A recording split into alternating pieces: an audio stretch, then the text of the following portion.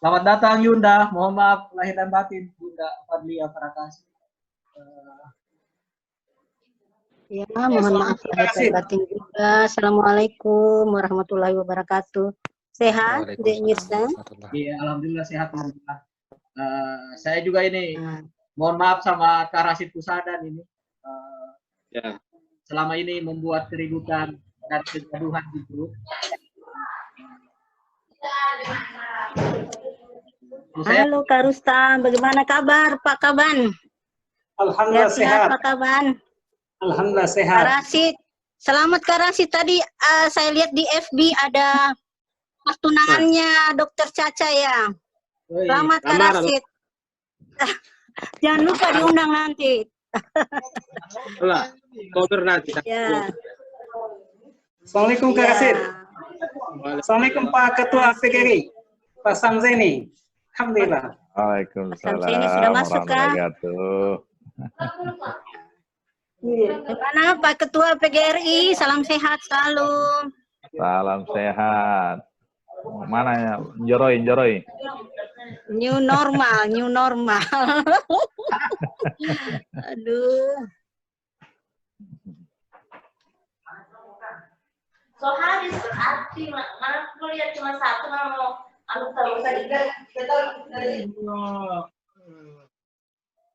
Ini Priawangi siapa ya? Coba ganti dia punya status begitu. Jangan Priawangi dong. Iya, Priawangi. Saya penasaran siapa di Priawangi. Ya, betul kan? Coba pakai status yang benar begitu loh.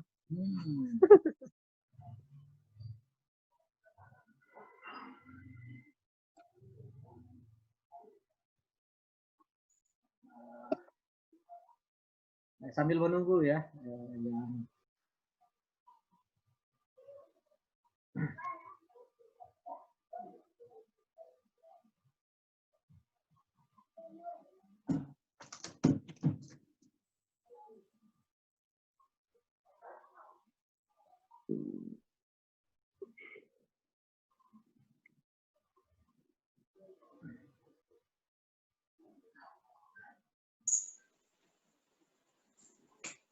Coba Karoni kasih lihat itu muka dan Karoni. Mana Karoni? Apa di bola apa di Palu nih Karoni?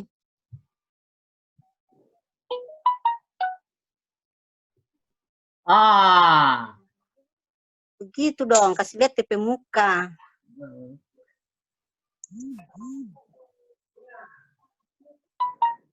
Mana ini?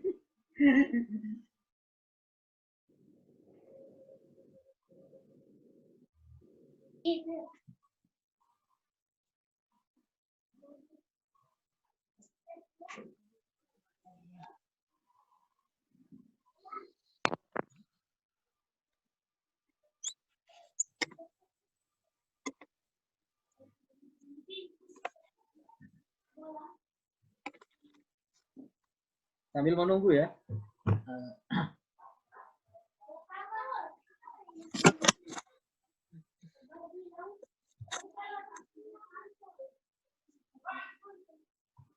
Ada lagi.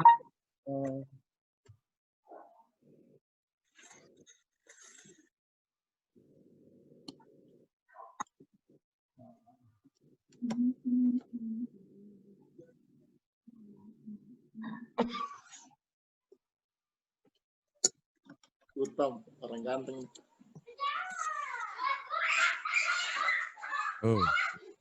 Ini apa? Batara Guru atau Batara Kala ini? Itu nama pena saja.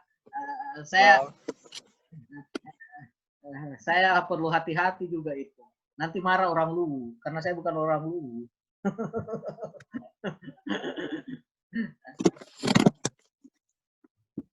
Dalam mitologi Jawa juga ada kok, dalam mitologi itu nama Batara Guru. Kalau dalam mitologi Hindu itu Dewa Wisnu. Silakan ini ya, dalam dunia pewayangan.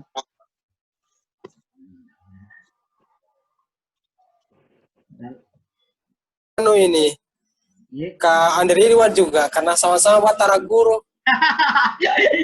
Saya mau gara-garakan diri Ridwan itu. Jadi silakan saja dibuktikan mana Batara Guru asli, mana yang palsu kan.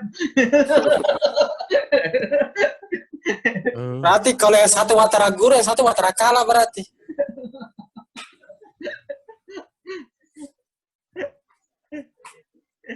Jadi kan kalau saya kan cuma karena istriku saja orang Luwu itu. Jadi ya artinya orang Luwu juga kan enggak ada yang protes. Kalau ada protes saya jelaskan kenapa saya memilih nama Pena Batara Guru. Saya sebenarnya khawatir juga misalnya seni apa namanya Bapak Nawawi Sangkilat, kalau misalnya dia tapi ternyata beliau tidak protes. Saya melihat Pak Nawawi Sangkilat itu sangat peduli sekali terhadap PII. Beberapa kali status saya tentang PII beliau tambahkan itu. Tapi saya coba konfirmasi di grup kemarin, Bapak Nawawi Sangkilat itu katanya bukan kader PII, hanya sekedar simpatisan saja.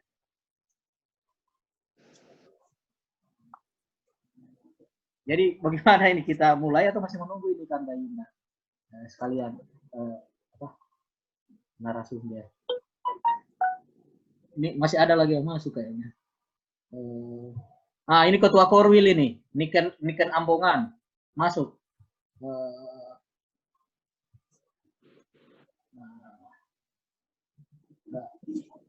Kalau 12 partisipan ya. Ini sementara join Ketua Korwil Pewati, Niken Ambongan. Karena durasi terbatas, boleh dimulai barangkali.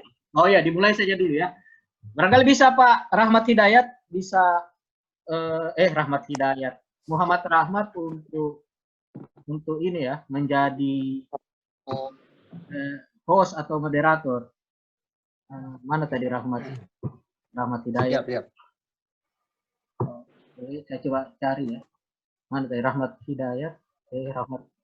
Muhammad Rahmat. Coba turun dulu. Ya. Bismillahirrahmanirrahim. Assalamualaikum warahmatullahi wabarakatuh. Alhamdulillahirabbil alamin.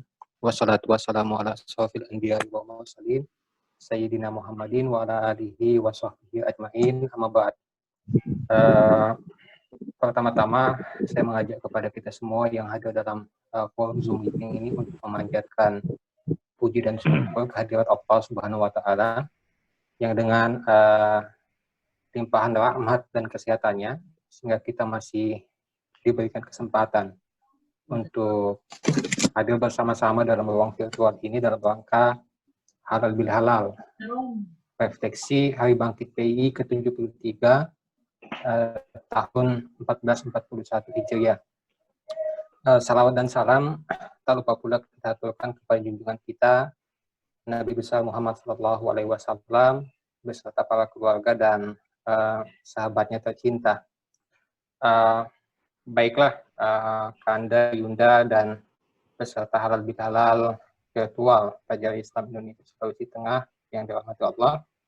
Pada kesempatan malam hari ini, kita akan mengadakan diskusi dengan tema peran pelajar Islam Indonesia dalam mewujudkan SDM unggul dan maju di Sulawesi Tengah di era revolusi industri 4.0 dan society 5.0.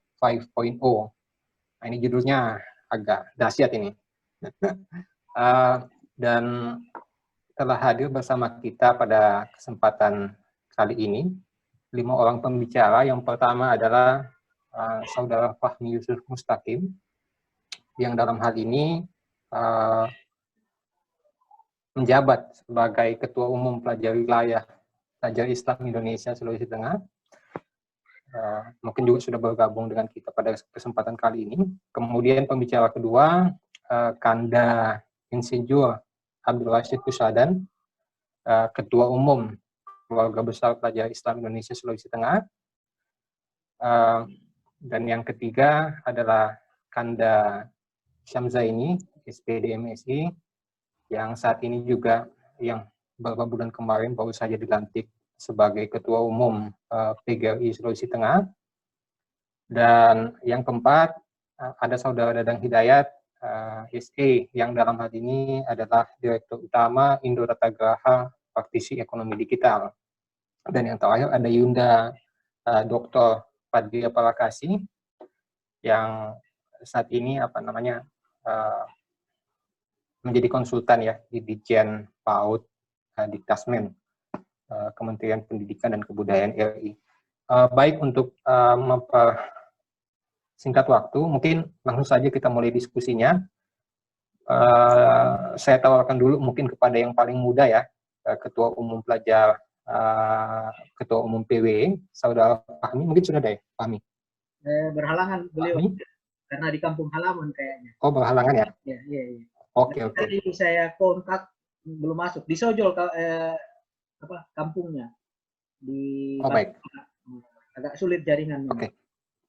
Kalau ada ketua korwil kali bisa. Ada ketua korwil itu. Ada ya ketua korwil, iya, walaupun memberikan sambutan singkat 5 menit mungkin bisa. Boleh ya. Ambongan. Ketua korwil. Mungkin Ambongan. Mana ini Mbak Niken? Ini Niken Ambongan. Ini kan bisa memberikan sambutan singkat 5 menit, 5-7 menit.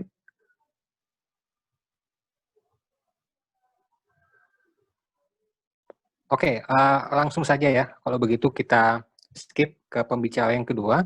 Kita urutkan aja dari poster itu yang dari ujung kiri sampai yang ke kanan. Kalau begitu kesempatan yang pertama kami persilahkan dengan hormat kepada Kanda Insinyur Abdul Rashid Pusadan untuk menyampaikan materinya pada kesempatan kali ini. Kepada beliau kami persilahkan. Terima kasih. Bismillahirrahmanirrahim. Assalamualaikum warahmatullahi wabarakatuh. Waalaikumsalam warahmatullahi wabarakatuh. Alhamdulillah. Warahmatullahi wabarakatuh. Astaghfirullah wa na'udzu billahi may yahdihillahu fala mudilla lahu wa fala hadiya lahu. Asyhadu an la ilaha illallah wa asyhadu anna Muhammadan abduhu wa rasuluh. Allahumma shalli ala Muhammad wa ala alihi wa sahbihi. Pertama-tama marilah kita menjatuhkan puji syukur kepada Allah Subhanahu wa taala atas segala limpahan karunia-Nya kepada kita. Sehingga pada malam hari ini kita berjumpa lewat media ini untuk bersilaturahmi dalam rangka halal sekaligus refleksi hari ulang tahun Harba PI yang ke-3. Kita bermohon kepada Allah Subhanahu wa taala pertemuan ini bermanfaat buat kita semua dan hal-hal yang bisa kita ambil hikmah dari pertemuan ini. Salawat dan taslim tak lupa kita haturkan kepada junjungan kita Nabi besar Muhammad sallallahu alaihi wasallam, pada keluarganya, sahabat-sahabatnya dan kita sekalian. Insyaallah. Pertama-tama saya sampaikan selamat Hari Raya Idul Fitri. Mohon maaf lahir batin saya pribadi maupun sebagai Ketua KBPI Sulawesi Tengah.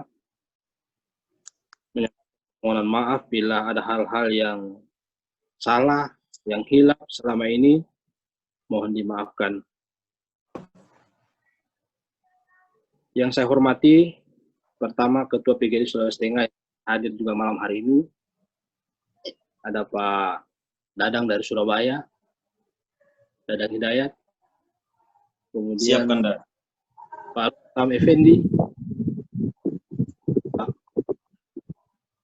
yang mungkin dalam waktu dekat lagi beliau sudah kandidat menjadi Donggala. Harus Tam. Amin. Ucapkan amin, semoga jadi sekda. Yunda Fadlia yang sudah lama juga di Palu, mungkin tidak sempat balik ke Jakarta.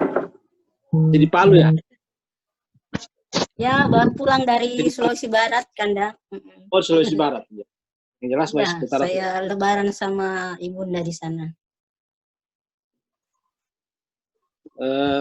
Pertama-tama saya sampaikan bahwa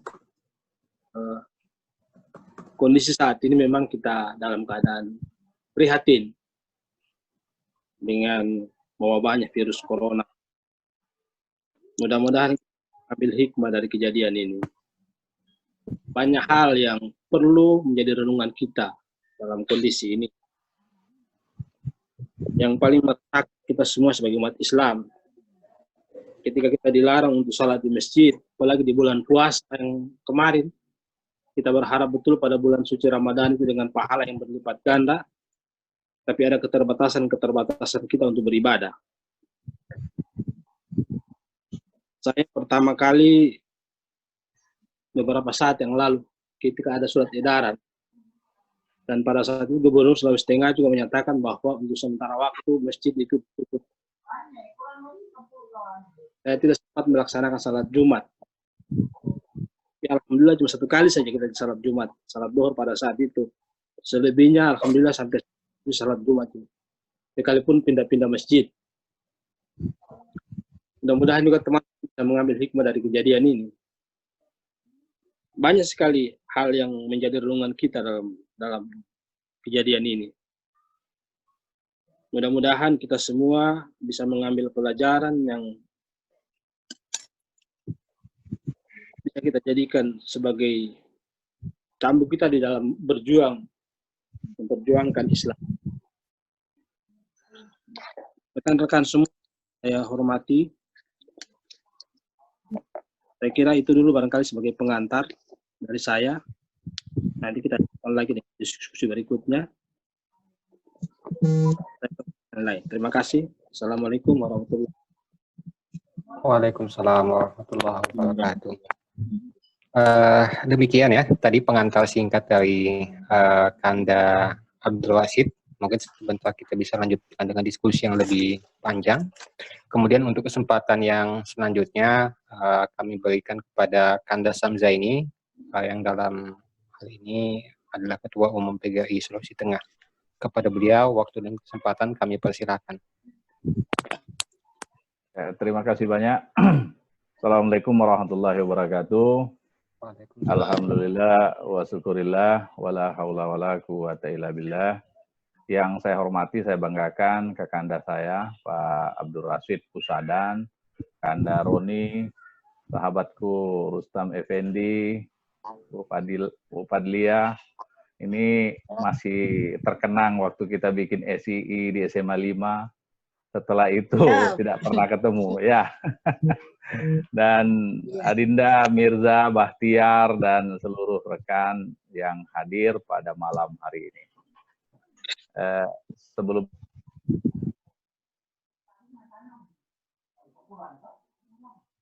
file di sini belum bisa karena mungkin masih dikunci atau seperti apa filenya, ya gitu.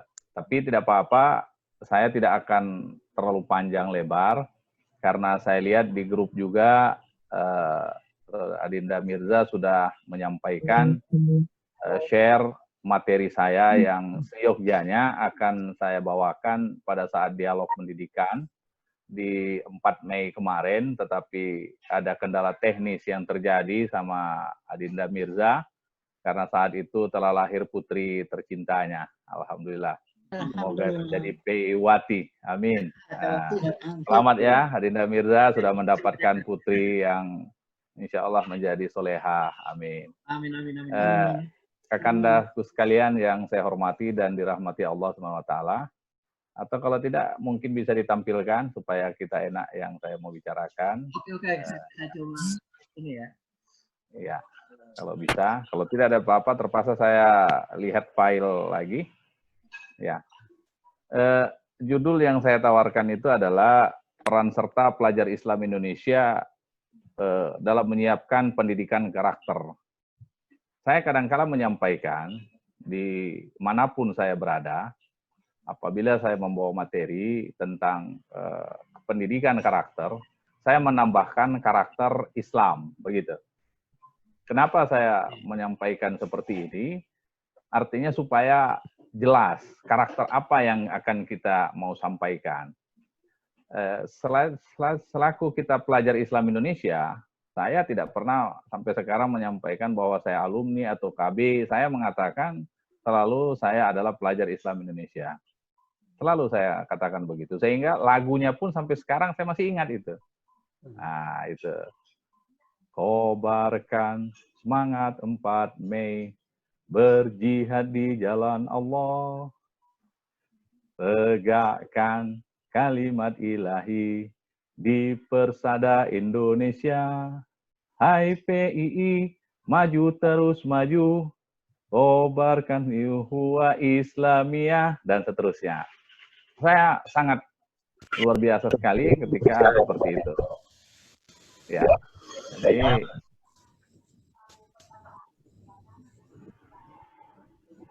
ya. Maaf, Kemudian, ya bagaimana? Saya lanjut ini. Iya, Pak lanjut ya. Silakan lanjutkan. Saya lanjut ya. Ya, saya lanjutkan. Maka saya menyampaikan bahwa karakter yang akan kita inginkan, yang diinginkan oleh peserta didik, utamanya adalah untuk pelajar-pelajar itu adalah karakter Islam. Karena ketika kita menyampaikan bahwa yang akan kita sampaikan adalah karakter, tentu pertanyaan selanjutnya, karakter apa yang akan kita mau inginkan? Maka khususnya untuk pelajar Islam Indonesia, khususnya untuk kegiatan-kegiatan keislaman, saya menyampaikan bahwa karakter Islam, saya tambahkan. Kalau untuk secara umum Indonesia, iya karakter yang mereka mau inginkan tentunya adalah karakter Pancasila. Itu kita harus sadari, karena itu bernegara dan berbangsa. Kita penggunaan karakter di sini adalah karakter Islam. Kenapa? Karena karakter ini banyak, ya, karakter liberal, karakter kapitalis, karakter sosialis, dan banyak macam. Maka yang akan kita tekankan di sini adalah karakter Islam. Nah, Kakanda Yunda yang saya hormati dan dirahmati Allah Subhanahu wa Ta'ala, tentu kita berpikir karakter yang kita maksudkan, maka saya mengambil sebuah tema, yaitu pendidikan di abad 21. Mau tidak mau. Ya, belum saya lihat ini. Oke. Ya. Bentar ini. Ya, belum bisa saya lihat ini. Nah, di sini terlihat ini di. Aha. Saya coba lagi kan. Bisa? Iya, saya belum bisa masuk ini. Oke. Ya, enggak apa-apa, saya lanjutkan. Ya. Oh, ya, sini, coba. Oh ya. Iya. Ya, bisa? Sudah? Sudah. Oh ya. Nah, agak enak saya karena saya terbiasa. Mohon maaf Kakanda Yunda. Maka saya persingkat saja bahwa untuk pendidikan abad 21 itu pelajar milenial itu tantangannya moralitas pelajar dan PI sebagai kader umat. Nah, saya masukkan di sini peran PI itu seperti apa. Ya. Kemudian bisa kita lihat bahwa ya ini bisa kita lihat bersama. Kemudian pada saat sekarang ini literasi media itu sangat mendominasi. Nah, seperti apa literasi yang mendominasi saat ini adalah kemampuan bagaimana memahami, menganalisis dan mendeskripsikan pencitraan media. Kita harus menyampaikan kepada anak-anak atau kepada pelajar Islam yang ada agar menjadi konsumen media yang sadar, kemudian tahu bagaimana tata cara untuk membuat, melakukan kesadaran, maaf. Coba di mute dulu mungkin. Ya. Sehingga kesadaran ini akan kita masukkan kepada pelajar-pelajar Islam yang ada. Mohon maaf, sekarang ini bisa jelas? Jelas? Jelas. Bisa jelas ini? Ya. Saya lanjut. Maka kesadaran-kesadaran yang ada itu agar supaya pelajar-pelajar Islam yang ada itu adalah ujung tombaknya di sekolah-sekolah. Nah, makanya saya sangat memberikan apresiasi kepada adik-adik sekarang. Luar biasa saya mengucapkan kata salut. Mereka masuk di sekolah-sekolah umum. Masuk di sekolah-sekolah umum, melakukan kegiatan-kegiatan prabatra, LBT, dan segala macam yang sifatnya adalah pembinaan karakter pelajar-pelajar yang ada di Kota Palu khususnya dan Sulawesi Tengah pada umumnya. Nah, kemudian apa era industri 4.0 ini? Ditandai dengan banjirnya informasi. Nah, kita sudah tahu pada saat LBT itu Kak Rasid menekankan kepada saya dari Kak Roni pada saat mental menekankan kepada kami semua bahwa kebohongan yang disampaikan berulang-ulang itu bisa berubah menjadi sebuah kebenaran. Dan itu sampai sekarang saya pegang terus. Maka ketika kita mendapatkan sebuah informasi, maka kata kuncinya adalah tabayun. Ya kan? Jika ada telah datang kepadamu sebuah berita, suatu berita, maka harus dilakukan check and recheck. Seperti itu yang disampaikan. Maka untuknya, siapa yang bisa melakukan sebuah check and recheck itu? Tentunya kita sebagai kader-kader pelajar Islam Indonesia bisa mengetahui track record dari seseorang yang menyampaikan berita. Nah, ada 5 pedoman literasi media itu. Kita harus sadari, semua pesan media itu dekonstruksi. Tidak ada semua media itu yang tidak dikonstruksi. Kemudian yang kedua, pesan media dikonstruksi membuat atau menggunakan bahasa yang menggunakan aturan mainnya sendiri. Ada ciri-ciri khas. Nah, kemudian setiap orang mendapatkan pengalaman dari media itu secara berbeda. Nah, ini. Kemudian tidak ada sebuah media yang tidak memiliki sebuah tujuan. Dan itu kita sudah tahu bersama. Dan pada saat kita dilakukan LBT, melakukan mental training, ECFAN, malah mungkin menjadi coaching instruktur, maka siapa yang menguasai informasi, siapa yang menguasai media, maka dia menguasai dunia. Itu selalu disampaikan kepada kita. Sayangnya, pertanyaannya, apakah kita sekarang PII, atau alumni-alumni PII, atau keluarga besar PII, sudah mengelola media ini untuk dakwah? Pertanyaannya nanti mungkin didiskusi lebih panjang. Kemudian saya singkatkan saja. Saya singkat. Nah, ciri-ciri kaum pelajar milenial. Saya persingkat ini karena masih ada 2 di belakang. Yang pertama adalah gampang atau bosan pada barang yang dibeli. Itu tidak bisa lagi kita menyampaikan, wah dulu waktu Bapak masih muda, tidak seperti Anda. Tidak bisa lagi kita melakukan seperti itu. Ini fakta. Fakta di lapangan, fakta di di sekolah, fakta di setiap tempat, bahwa kaum pelajar milenial itu gampang bosan pada barang yang dibelinya. Kemudian no gadget, no life. Tidak ada lagi sekarang itu yang di tangannya tidak ada HP. Setiap duduk, setiap dimanapun, pasti yang namanya milenial itu punya Android, punya HP. Entah bagaimanapun caranya. Kemudian, hobi melakukan pembayaran non-cash, dan seterusnya. Lebih jelas nanti ada di di sharing yang sudah dilakukan oleh Adinda Mirza. Kemudian, hal yang paling kita harus waspadai bersama, bahwa sedikit-sedikit posting itu sudah kaum milenial. Nah, yang permasalahan sekarang itu, bahwa ketika kita melakukan kegiatan-kegiatan yang namanya daring, yang namanya medsos, tetapi tidak disertai dengan etika-etika yang terjadi. Gitu. Kemudian apa dampak-dampak positifnya? Wah, ini kita tahu bersama. Pada saat kita dilakukan LBT tahun 80-an, 90-an, itu yang namanya medsos tidak seperti sekarang. Jangankan medsos, HP saja kita tidak miliki. Boro-boro yang namanya medsos.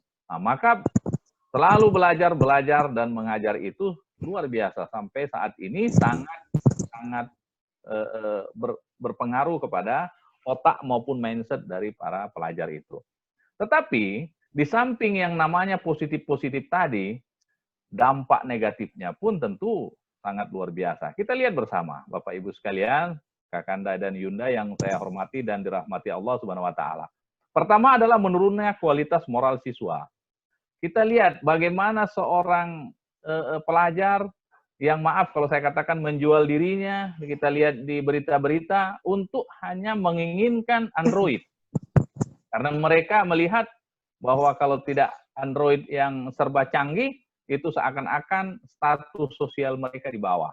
Kemudian meningkatnya kesenjangan sosial. Ya, yang permasalahan sekarang, bayangkan Bapak Ibu sekalian yang saya hormati, dengan adanya COVID-19, semua guru, semua pendidik diharuskan untuk daring kepada siswa.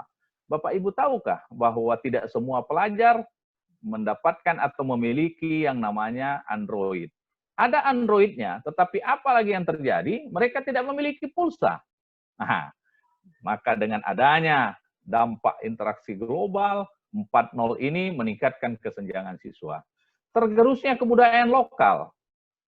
Hampir tidak ada lagi kita lihat lagi seperti yang namanya tabe, yang lebih namanya permisi, dan seterusnya di era seperti ini.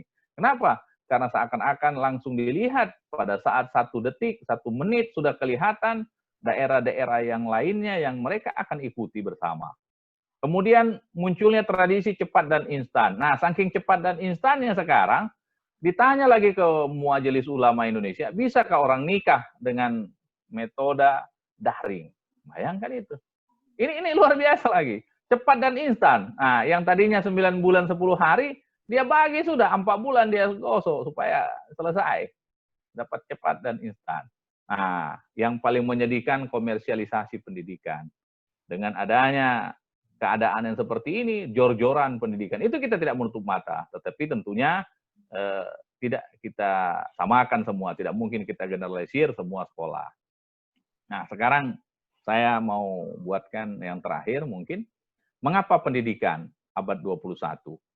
Yaitu konsep pendidikan ini bertujuan untuk mengembangkan esensial. Saya tidak terlalu sepakat kalau beberapa berita yang menyampaikan bahwa kenapa sampai TKA asing di Sulawesi Tengah, apakah telah memiliki YouTube khusus untuk PII untuk dakwah.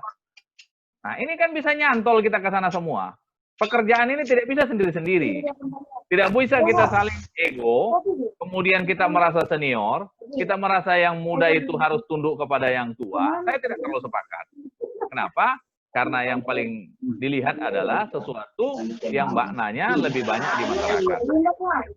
Jadi karena teknis tidak memungkinkan terlalu panjang lebar, maka sebelum saya akhiri, saya ucapkan minal aidin wal faizin, mohon maaf lahir batin kepada kakak-kakak semua.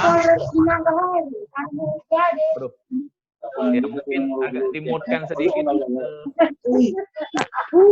Ya, Pak Mirza mungkin dimut dulu yang teman-teman lain. Mirza, dimut dulu Mirza. Dimut dulu secara massal. Nah, ya. Saya kira karena teknisnya, saya menyampaikan mohon maaf kalau kurang berkenan, tetapi kita mau lama, intinya pertemuan ini saya kira silaturahmi kita. Mungkin walaupun di grup hanya jari-jari tulisan yang kita lihat, tetapi kalau melihat langsung secara tatap muka seperti ini, insya Allah berkahnya akan lebih banyak lagi. Salam hormat semua, salam kepada kita semua, mungkin sebentar pada saat diskusi kita lebih panjang. Salam Kak Atang, buat Kak Atang, jangan lagi tidur-tidur di situ Kak Atang. Ini Kak Atang ini lagi tidur-tidur ini, saya lihat ini. Ya, saya kira demikian yang bisa saya sampaikan, kita kembangkan nanti pada saat kita diskusikan bersama. Untuk itu, saya kembalikan kepada host. Wabillahi taufiq wal hidayah. Assalamualaikum warahmatullahi wabarakatuh. Waalaikumsalam warahmatullahi wabarakatuh. Baik, itu tadi pemaparan yang disampaikan oleh Kak Samza ini ya. Jadi intinya beliau menggarisbawahi 3 pilar pendidikan karakter yang dibutuhkan pelajar hari ini. Dan beliau juga mengusulkan agar supaya di era masih saat ini kalau bisa dakwah itu ya melalui ruang virtual digital gitulah. Baik, itu tadi dari sisi aspek pendidikannya. Sekarang kita akan beralih mungkin kepada aspek ekonomi dan bisnisnya ya. Di sini bersama kita sekarang sudah ada Saudara Dadang Hidayat. Beliau ini sekarang ada di Surabaya dan sekarang adalah Direktur Utama Indo Tata Graha Praktisi Ekonomi Digital. Mungkin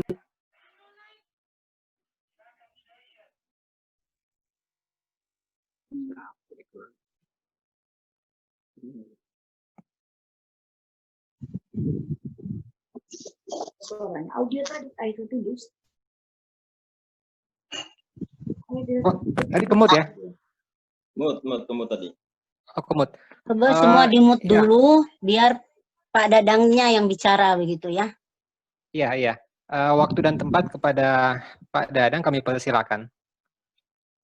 Bismillahirrahmanirrahim. Assalamualaikum warahmatullahi wabarakatuh.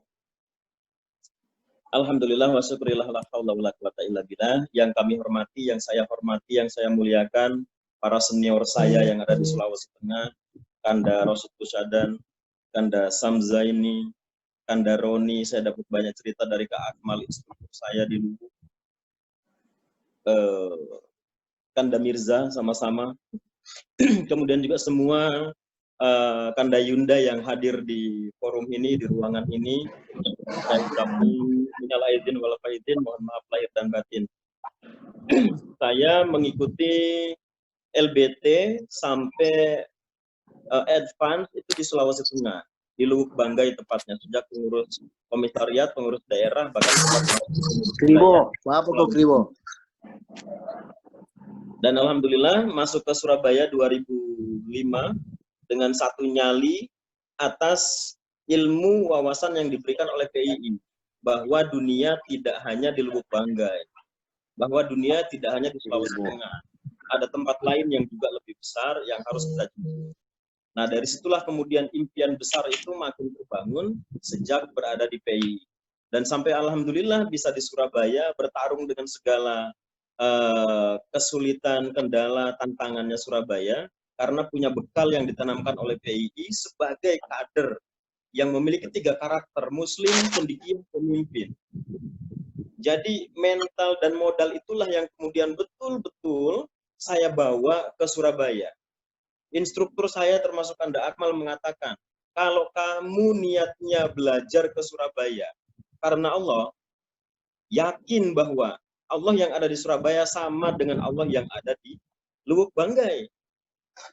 Kalau Allah di Lubuk Banggai menolong kamu, ketika Allah yang ada di Surabaya juga pasti akan menolong kamu, karena Allahnya sama gitu kan. Bekal itulah yang kemudian saya miliki untuk bisa masuk ke Surabaya, berpendidikan, bersekolah, berkuliah dalam posisi seperti saya tulis dalam bukunya, anak transmigran miskin yang tidak mampu untuk kemudian bisa mengenyam pendidikan yang lebih tinggi. Tapi karena modal dan bekal itulah yang kemudian membuat saya bisa ke Surabaya. Saya pikir Kanda Yunda semua, karakter ideal pelajar Islam Indonesia yang muslim, cendekia, pemimpin, itu sudah merupakan karakter yang mewakili begitu banyak karakter hebat yang harus kita miliki saat ini. Bicara mengenai karakter muslim, saya pikir kita butuh melakukan redefinisi kepada seluruh kader-kader PII kita. Apa yang dimaksud dengan muslim ini? Pemahamannya kok rasanya belum utuh. Kenapa belum utuh? Karena kita masih sering lebih ramai membicarakan perbedaan dibandingkan dengan kesamaan. Kenapa kemudian kita lebih senang membicarakan sesuatu yang membuat kita berpecah belah dibandingkan sesuatu yang membuat kita jauh lebih solid, jauh lebih kuat, jauh lebih punya wibawa? Kenapa kita tidak demikian? Sementara kalau saya ini praktisi pemain di dunia properti, khususnya properti syariah. Ada dosa yang paling ada dosa yang namanya dosa riba. Dosa riba adalah seringan-ringannya seperti seorang anak yang berzina dengan ibu kandungnya sendiri.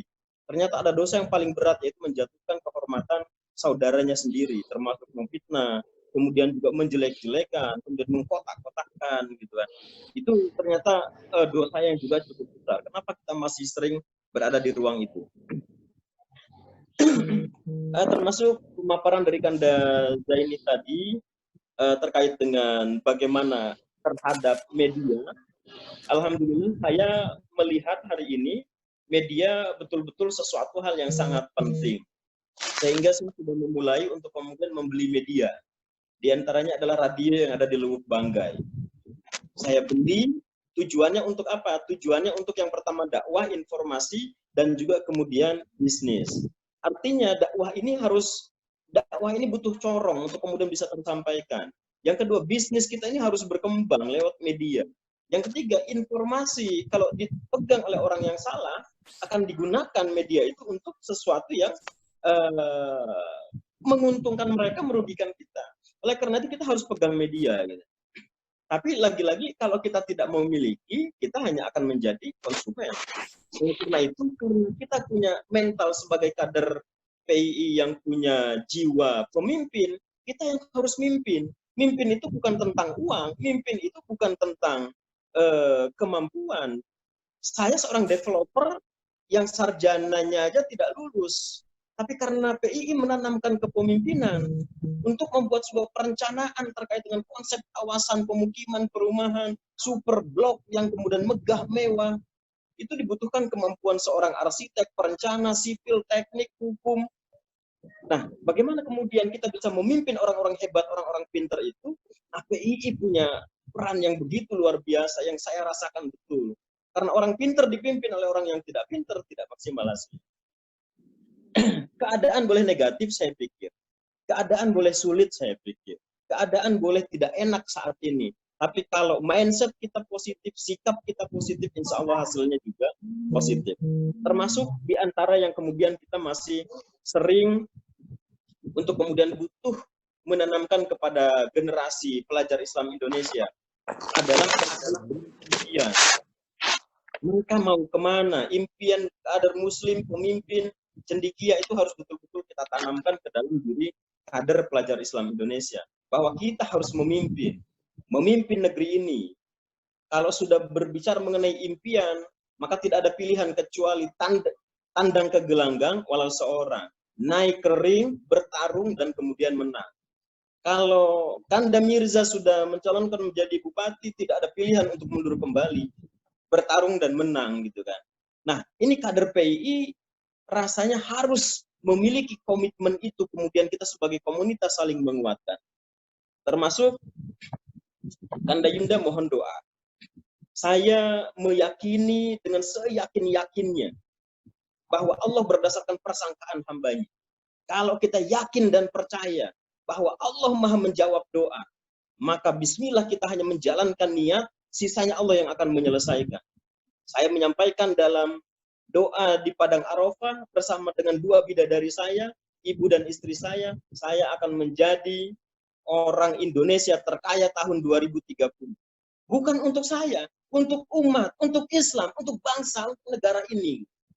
Dan ternyata Kanda Yunda sekalian, ketika kita memproklamirkan sebuah ide, sebuah gagasan, sebuah kebaikan, Allah datangkan begitu banyak kemudahan, Allah datangkan begitu banyak jalan dan pintu-pintu yang membuat kita akan semakin mengarah kepada titik itu. Nah, pertanyaannya, apakah kita sudah punya visi besar? Umat ini terlalu besar, gitu kan. Oleh karena itu, di bidang ekonomi kita tidak bisa hanya berkeluh kesah. Hari ini, Corona adalah kesempatan terbaik untuk mereka yang hari ini di bawah yang ingin naik ke atas, gitu kan. Sehingga saya memaknai secara positif apa yang terjadi dengan wabah pandemi Corona ini adalah kesempatan yang Allah takdirkan untuk saya yang hari ini masih di bawah, untuk berguling mengikuti roda kehidupan naik ke atas, untuk pegang kendali ekonomi. Dan alhamdulillah Kanda Yunda sekalian, ternyata ketika mindset dan pikiran kita positif, ternyata Allah tunjukkan jalan terbaik untuk menuju ke sana. Keyakinan saya bahwa mindset is doa, mindset aja jadi doa, apalagi kata-kata kita. Oleh karena itu, ayo kita berkata-kata besar, ayo kita bertindak besar. Refleksi hari bangkit tentu tidak boleh membuat kita hanya sekedar bangkit, hanya sekedar retorika, tapi ayo kita bangkit sama-sama, bertumbuh sama-sama, bangkit sama-sama, besar sama-sama, gitu. Untuk siapa? Untuk umat, untuk bangsa, untuk negara. Khususnya ayo di lingkungan internal keluarga besar pelajar Islam Indonesia. PII hari ini harus kuat, dan tidak bisa mereka kuat sendiri. Mereka adalah kita cerminan 10 tahun yang lalu, 20 tahun yang lalu. Kalau kita tidak dibimbing, kita pun tidak bisa kemana-mana. Oleh karena itu, keluarga besar PII hari ini tidak boleh hanya sekedar memberikan masukan saran, tapi bertindak lebih real, mensupport lebih real, untuk kebangkitan ini menjadi semakin nyata. Kanda Yunda sekalian, rasanya hari ini dengan era digital luar biasa, termasuk meeting-meeting semacam ini semakin sering bisa kita lakukan. Tinggal pertanyaannya kita mau atau tidak. Kalau kita mau, kita bisa.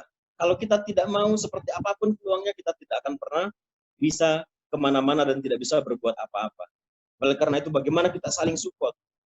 Bagaimana PII bisa ada seperti gerakan yang dilakukan oleh komunis hari ini? Mereka masuk ke sektor politik, masuk ke sektor ekonomi, mereka masuk ke sektor budaya, mereka masuk ke media, mereka masuk ke semuanya. Dan itu grand strategi besar.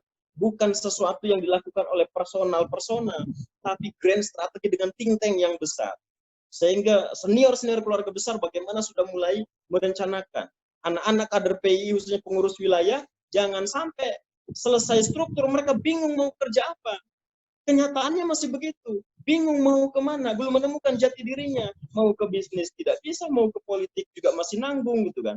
Oleh karena itu rasanya kanda-kanda senior kita yang punya visi-visi besar terkait dengan dakwah, terkait dengan Indonesia, terkait dengan bangsa ini, perlu untuk banyak berpikir bersama untuk mengarahkan PII ini menjadi kader pemimpin masa depan yang bisa mempengaruhi. Apalagi 2030 mendapatkan bonus demografi yang luar biasa. Lagi-lagi hari ini, alhamdulillah,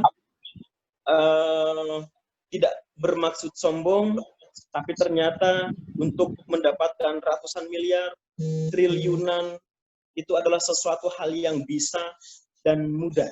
Saya sedang mengelola sebuah proyek prestisius di Kota Batu, Malang, Jawa Timur dengan nilai 2 triliun. Ada villa, hotel, apartemen, kemudian juga kawasan super blok. Ternyata ketika kita bermindset dan berpikir bisa, maka bisa benar adanya. Allah datangkan orang-orang yang nanti akan mensupport, menguatkan, dan juga mewujudkan. Pertanyaannya, apakah kita sudah punya visi besar untuk bangsa ini, untuk negeri ini, dan juga untuk keluarga besar kita semua. Terima kasih Kanda Yunda, mohon maaf apabila ada kata yang kurang berkenan, tapi saya teringat dengan Sulawesi Tengah PII, ketika kita di Banjarmasin, PII akan selalu dikenal oleh wilayah-wilayah lain. Juara, selalu juara. Juara di masjid, juara di forum, termasuk juara di dapur. Di forum paling lantang, paling keras. Begitu juga kalau di masjid, paling duluan. Yang jadi imam, yang jadi muazin, juga orang dari Sulawesi Tengah. Begitu juga ketika di dapur, gitu kan. Jadi PII selalu juara. Dan militansinya pelajar Islam Indonesia Sulawesi Tengah, seluruh Indonesia tahu militansinya. Itu yang membedakan PII Sulawesi Tengah dengan Jawa Timur. Itu yang membedakan PII Sulawesi Tengah dengan provinsi-provinsi yang lain. Dan insya Allah, Kanda Yunda sekalian, rasanya tidak ada pilihan lain. Sedekah terbaik kita hari ini adalah investasi kepada kader-kader pelajar Islam Indonesia. Jangan menunggu, kita harus terlibat secara aktif karena kita bukan alumni PII, kita kader pelajar Islam Indonesia dan kita tidak akan pernah purna.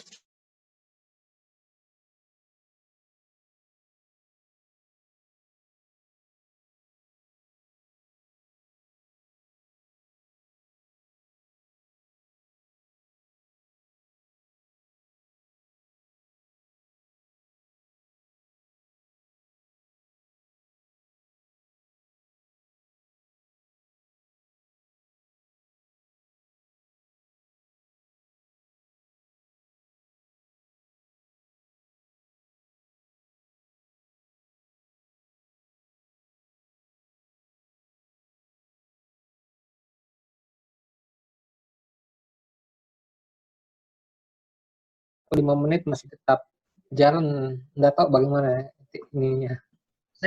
Saya sudah atur di sekitar 3 atau 4 jam. Pernah saya itu berhasil. Itu waktu masih masa pandemi COVID. Sekarang kan sekarang kan bukan masa pandemi lagi. Sekarang sudah era kan Zoom meeting kan ini bisnis. Mau tidak mau ketika masuk sudah new normal ya, fasilitas gratis untuk Zoom kan sudah dihilangkan begitu.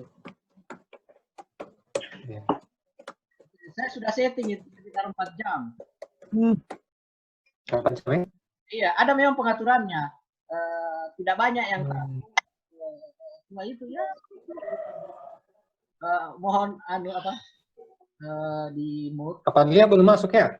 Kapan dia belum masuk, lagi serius ya. Jadi mohon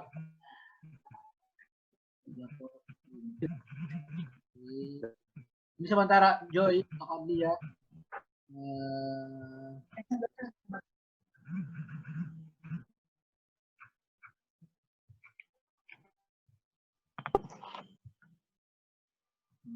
Fatih sudah masuk ya?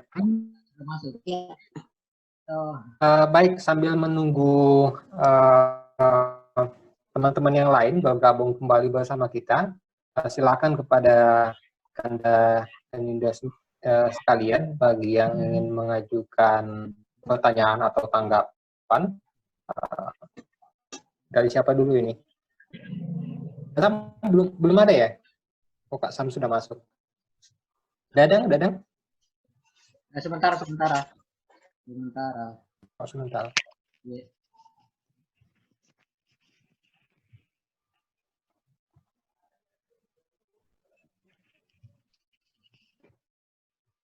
Kau ini silakan Kak, mungkin kalau ada yang mau disampaikan.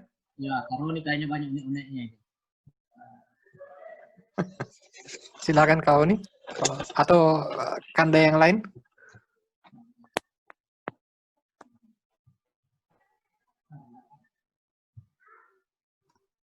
Saya kira ini nostalgia ya, jadi bisa dihubungkan semua.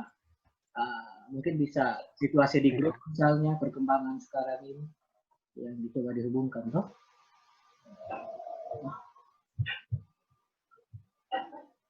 Sambil menunggu. Nah, ini Kak Rustam Effendi sudah masuk.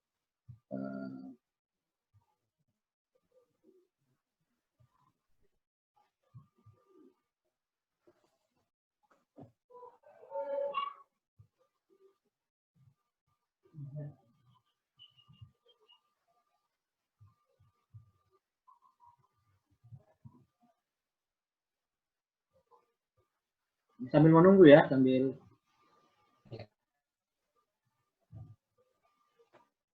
silakan Pak Moderator. Oke. Baik, kepada Kanda dan Yunda sekalian, bagi yang ingin memberikan tanggapan mungkin, atau dari para pembicara yang mungkin ingin menambahkan atau menanggapi isi pembicaraan dari pembicara yang lain, silakan.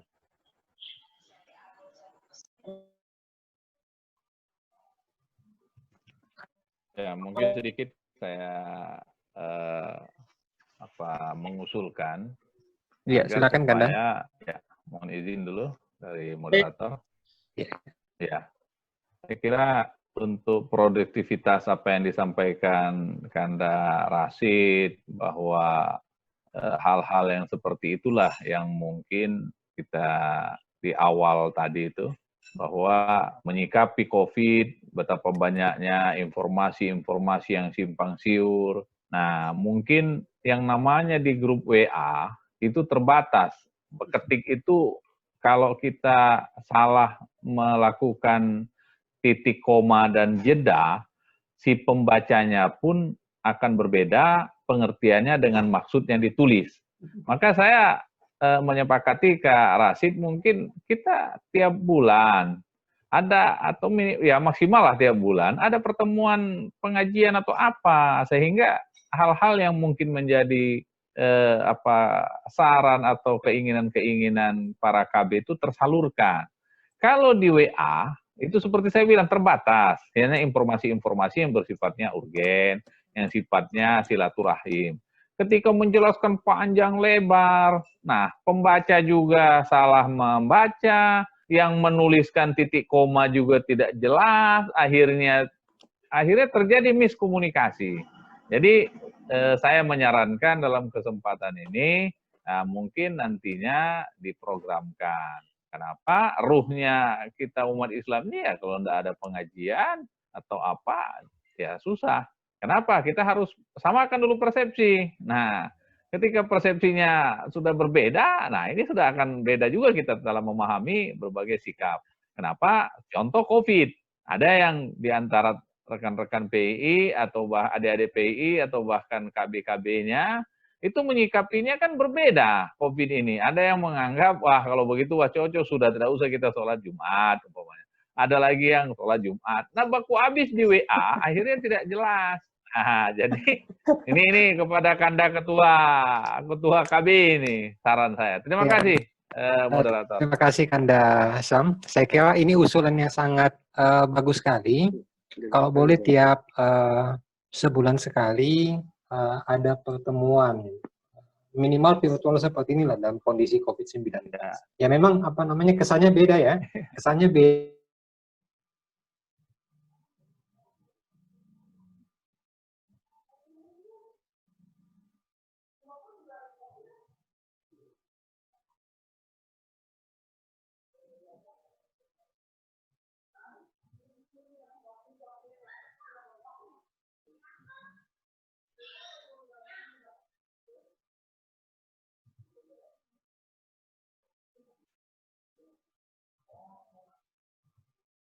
Betul-betul kita update. Orientasinya adalah tidak hanya sebatas memberikan wawasan kepada para kader, tapi betul-betul nilai-nilai yang ditanamkan kepada adik-adik yang di training itu betul-betul mampu membentuk karakter diri, membentuk karakter dirinya. Saya minta maaf, pengalaman saya di Donggala Kanama Bali itu sampai saya gagaskan tentang agenda harian siswa dan rapor diri, itu karena ada dasarnya. Rasulullah SAW dalam hadisnya mengungkapkan, hasibu qabla an tuhasabu. Hitung-hitunglah dirimu sebelum engkau dihitung di hari kemudian. Berarti kehidupan kita ini mesti, apa yang diungkapkan oleh Dinda Fadle tadi itu, bahwa di antara orang sukses itu adalah hidup teratur. Itu dituntut, Pak. Nah, pertanyaannya, sudahkah kita disiplin dengan membuat agenda harian diri itu, rapor diri itu setiap saat untuk kita menghitung-hitung, lalu kemudian nilai dan semangat ini, kejujuran, disiplin, kerja keras, mudah bergaul, kemudian apa semua tadi, hidup teratur dan kepedulian, betul-betul dikemas dalam sebuah agenda yang pelan-pelan untuk kita kerjakan. Kita wajibkan setiap diri. Bahkan kalau misalnya Pak disampaikan adalah sebagai kepala sekolah, paling tidak adalah di sekolahnya boleh itu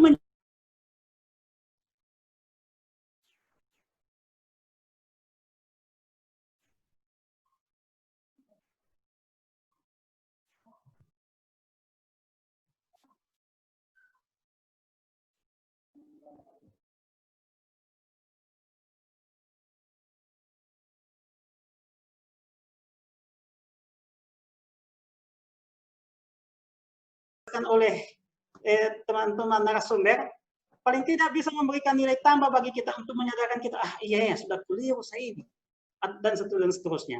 Satu. Yang kedua adalah ada sebuah gerakan nyata menurut saya di dalam, karena ini adalah organisasi, namanya muatan atau model, katakan bukan muatan karena itu mungkin sudah digali dan dikaji berdasarkan silabus-silabus itu sudah betul-betul dikaji secara ini. Paling tidak adalah teknik atau cara strategi menyampaikannya itu mungkin itu yang kemudian banyak kita bahas. Saya ingat sekali lalu Kak Rasid, pada saat saya masih Kadis Pendidikan, ingin kepada teman-teman PI untuk membantu saya dalam penyusunan silabus training khusus untuk guru-guru. Jadi jangan lagi siswa. Karena agak susah juga, kalau orientasi PI ini kan di pendidikan, agak susah kita juga selalu hanya berorientasi kepada siswa. Guru-guru kita training, Pak. Bagaimana cara dan polanya, kalau ada satu daerah, insya Allah saya upayakan di Donggala bisa lah, saya usahakan. Guru-guru yang kita training, karena kalau sudah guru-guru yang, kalau seperti apa posisinya Ahisam Zaini ini, semua guru di SMA 4 itu, saya yakin dan percaya tidak perlu lagi kita pusing. Semua nilai-nilai dan semangat yang dimiliki oleh kader P itu akan terwarnakan ke semua anak-anak itu. Tapi ini persoalannya, ya mau diapa Pak Samza ini kalau hanya sendiri beliau saja sebagai, meskipun kepala sekolah, akan sulit. Nah, sehingga saya cenderungnya berpikir, bisakah kita dalam ya ke depan itu mengemas sebuah gagasan, silabus training khusus guru-guru semacam apa.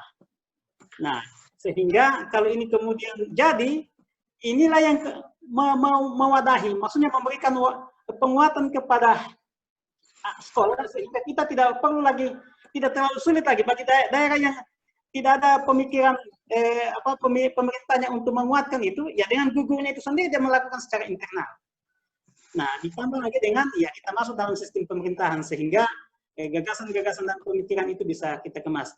Saya berharap sekali ini diwujudkan silabus untuk training guru itu, karena saya ingin jalankan lagi di Donggala Karasit. Artinya kemarin itu kan siswa, dan insya Allah kan saya kuatkanlah ke depan Karena saya merasakan sekali nilai tambah, nilai karakter itu betul-betul memberikan pengaruh besar kepada kehidupan keagamaan di suatu daerah, khususnya di Kabupaten Nunggal. Saya rasakan sekali, meskipun hanya 2,5 tahun saya jalankan program itu.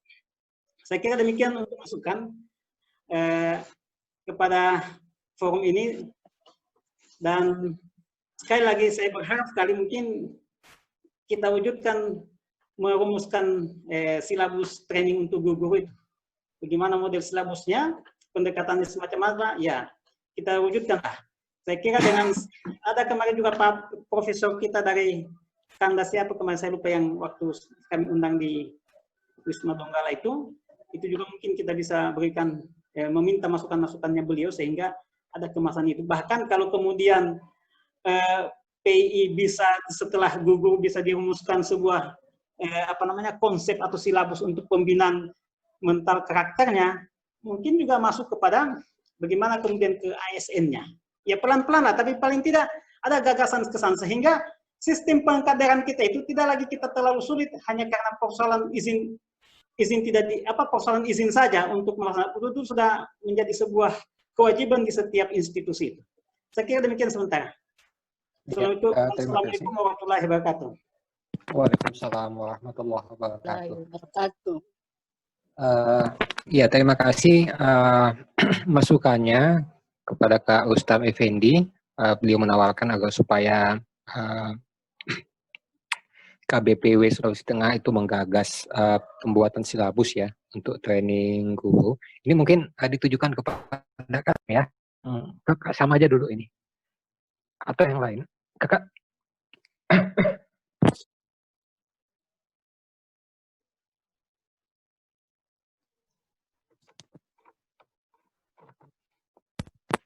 Iya, Kasam.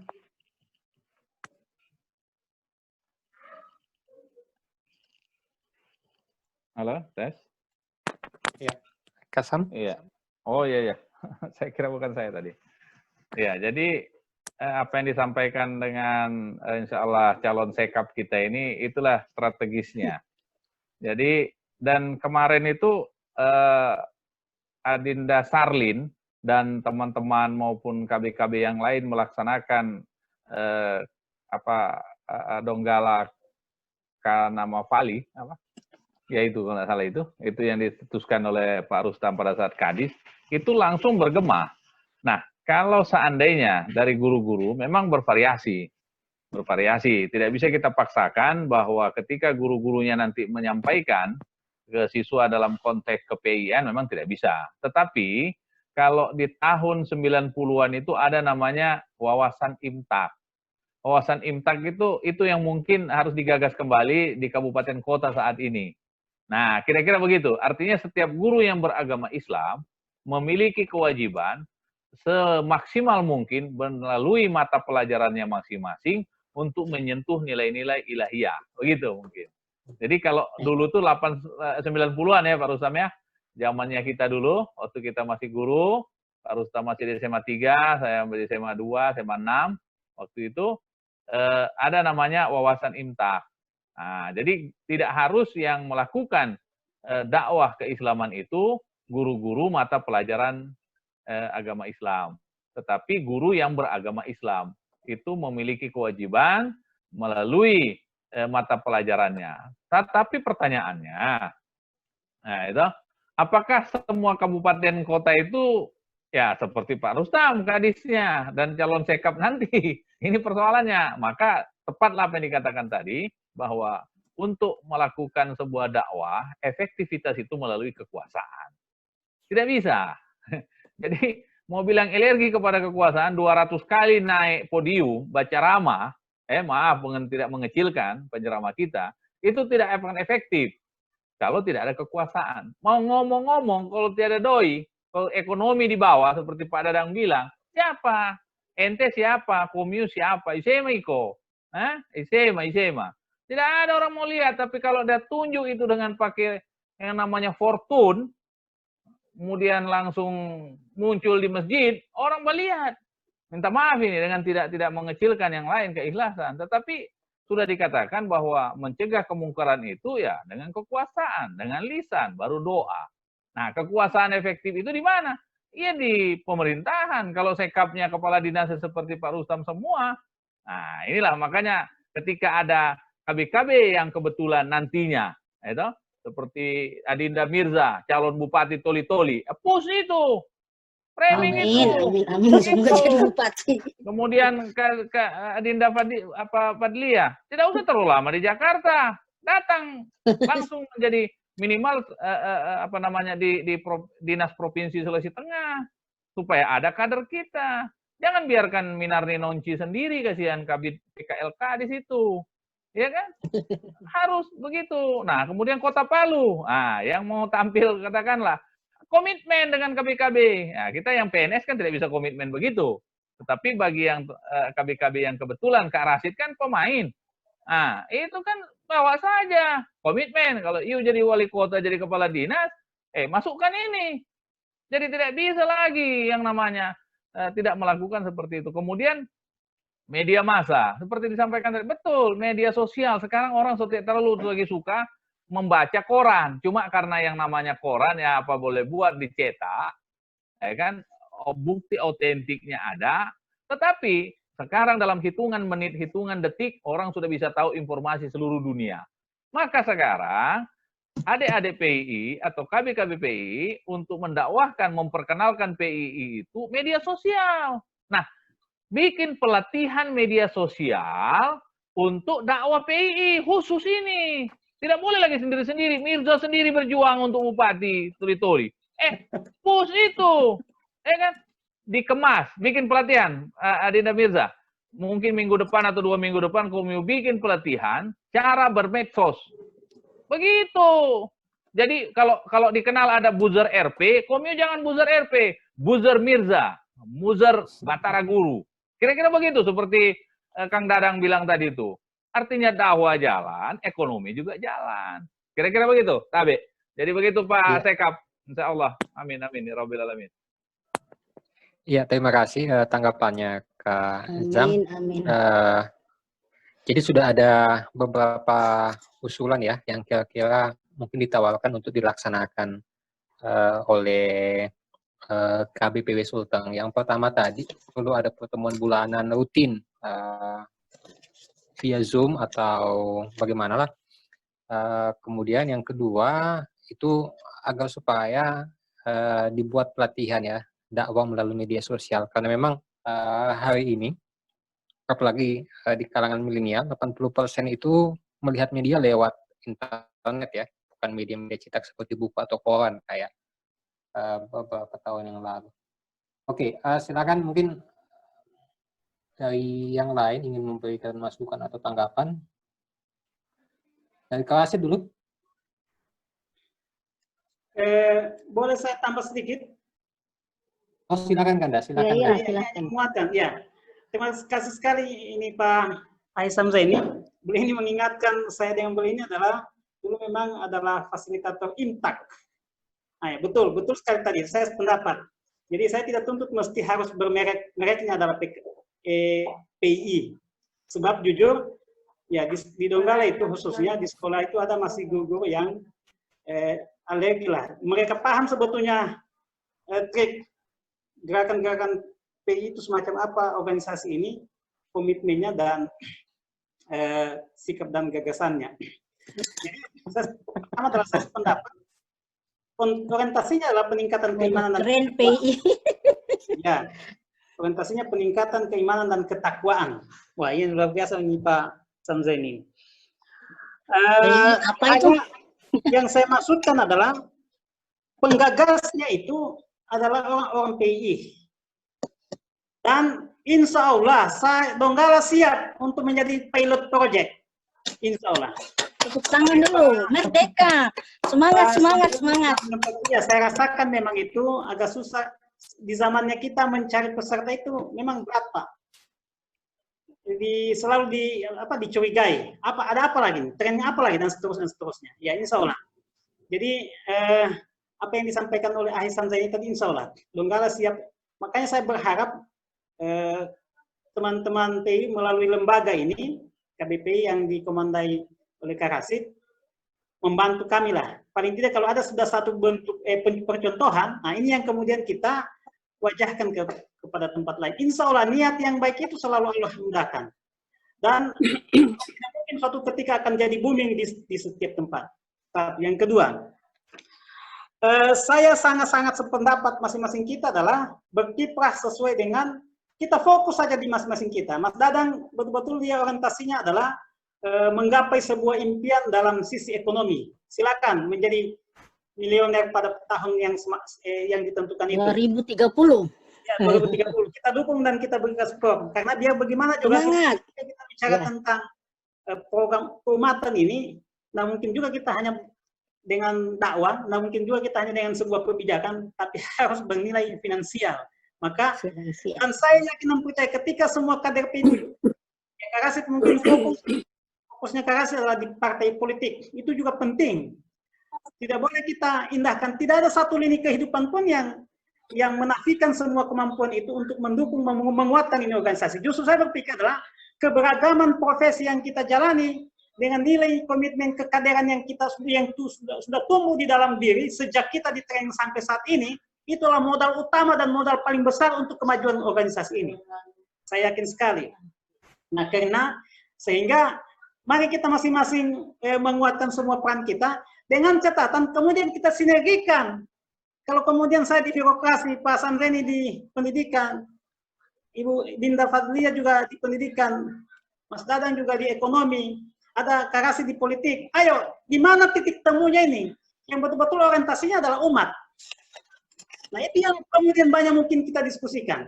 Ketika misalnya kita bicara tentang ekonomi, dulu kita sudah gagas adanya BMT 4 Mei. Ya, kemudian tidak ada lagi gaungnya. Maksud kita ketika sudah digagas begitu, janganlah hanya sampai di gagasan, ayo dijalankan.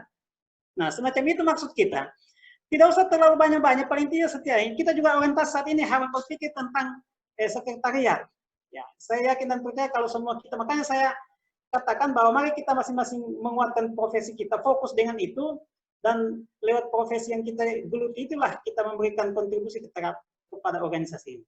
Saya kira itu hanya sekedar tambahan dan masukan. Terima kasih. Baik, terima kasih Kak Ustam.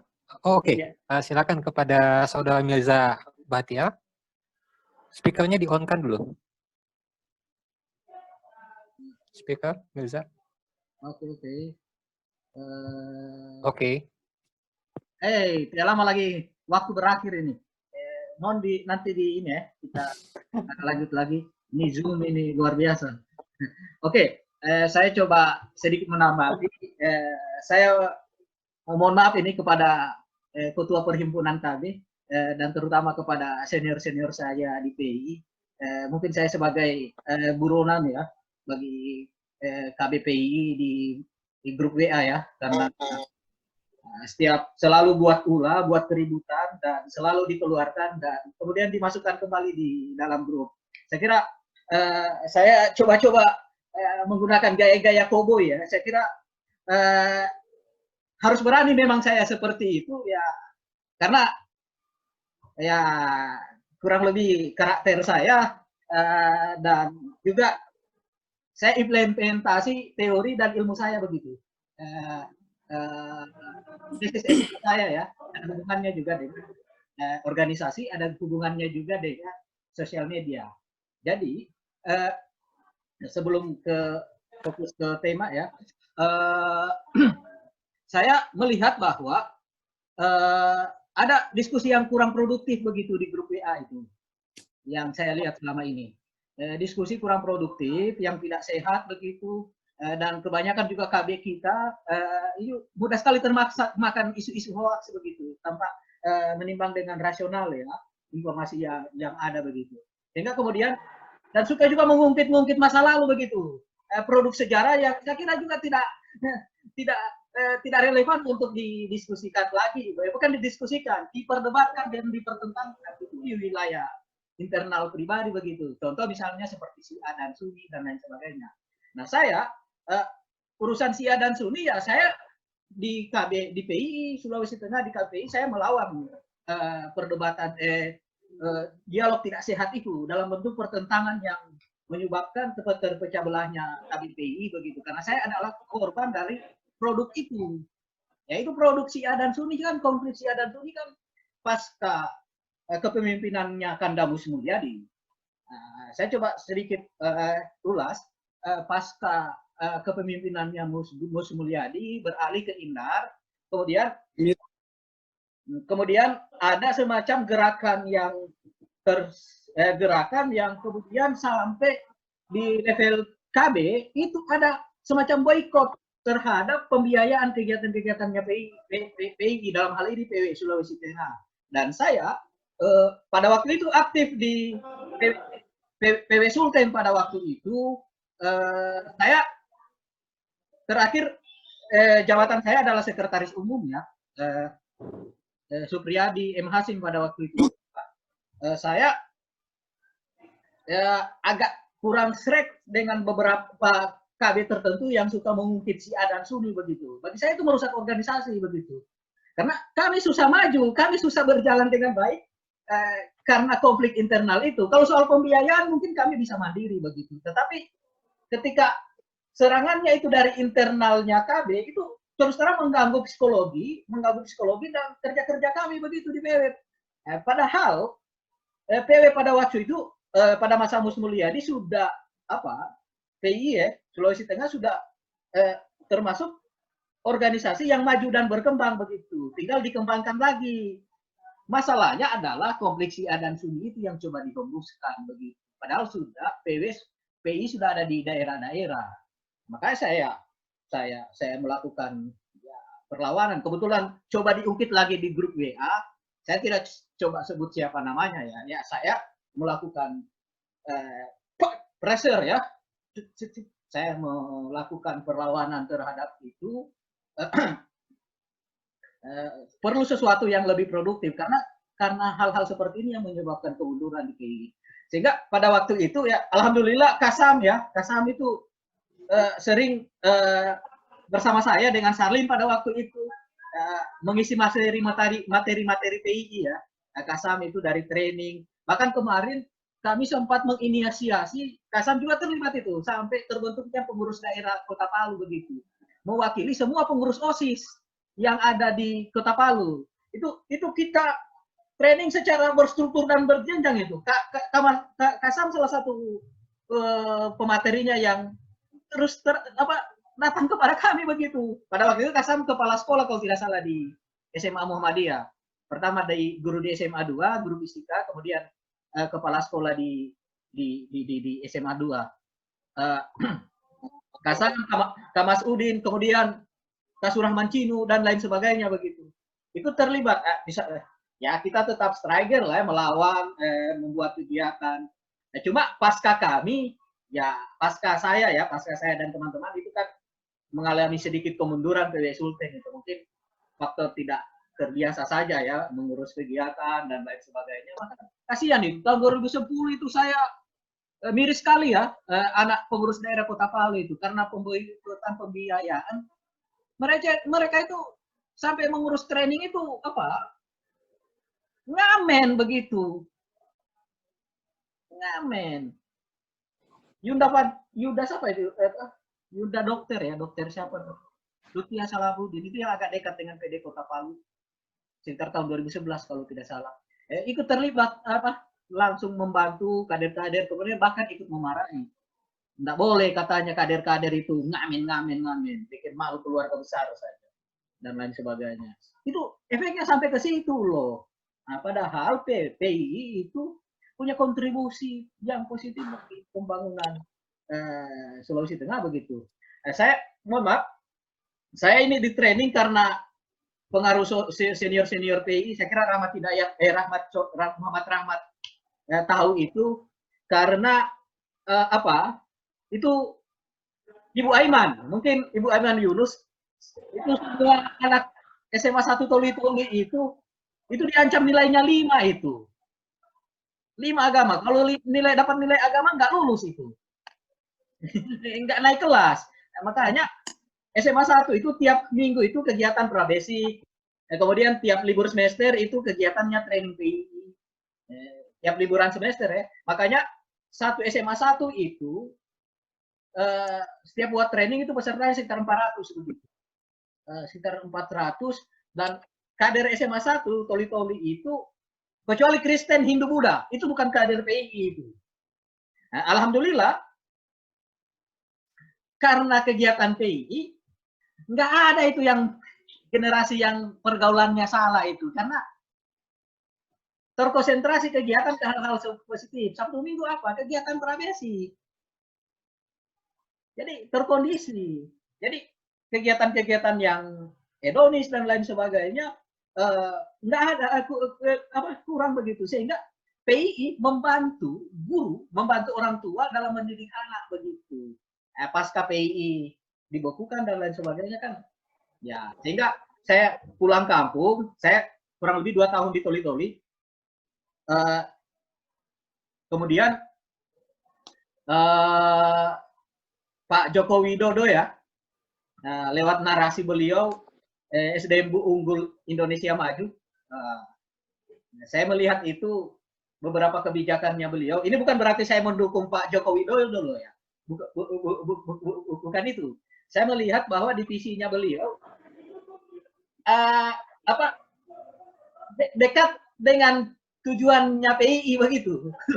Cita-citanya PII itu apa? SDM itu dalam hal pendidikan Islam begitu. Jadi saya kira PII bisa berkontribusi hadir di situ. Saya terus terang pengaruh sekarang ya, perubahan zaman, teknologi 4.0 dan society 5.0 itu aduh luar biasa. Kesulitan ini guru-guru ini, bahkan guru PAUD ini mendidik anak ini. Bayangkan anak 3 tahun itu sudah pintar main YouTube, main game. Anak usia 3-4 tahun itu sudah tahu yang namanya produk-produk porno itu. Bahkan saya sempat ngisi materi itu pra-basic anak SMP. Diajari saya nembak perempuan begitu, nembak cewek begitu. Dengan cara apa? Dengan cara guna-guna. Orang bilang doti, nepu dan lain sebagainya. Saya tanya, kamu dapat di mana? Kamu dapat di mana itu ilmu? Katanya belajar di YouTube. Coba lihat, gampang sekali kan? Ketika orang tua dan anak-anak sekarang justru apa? Justru lebih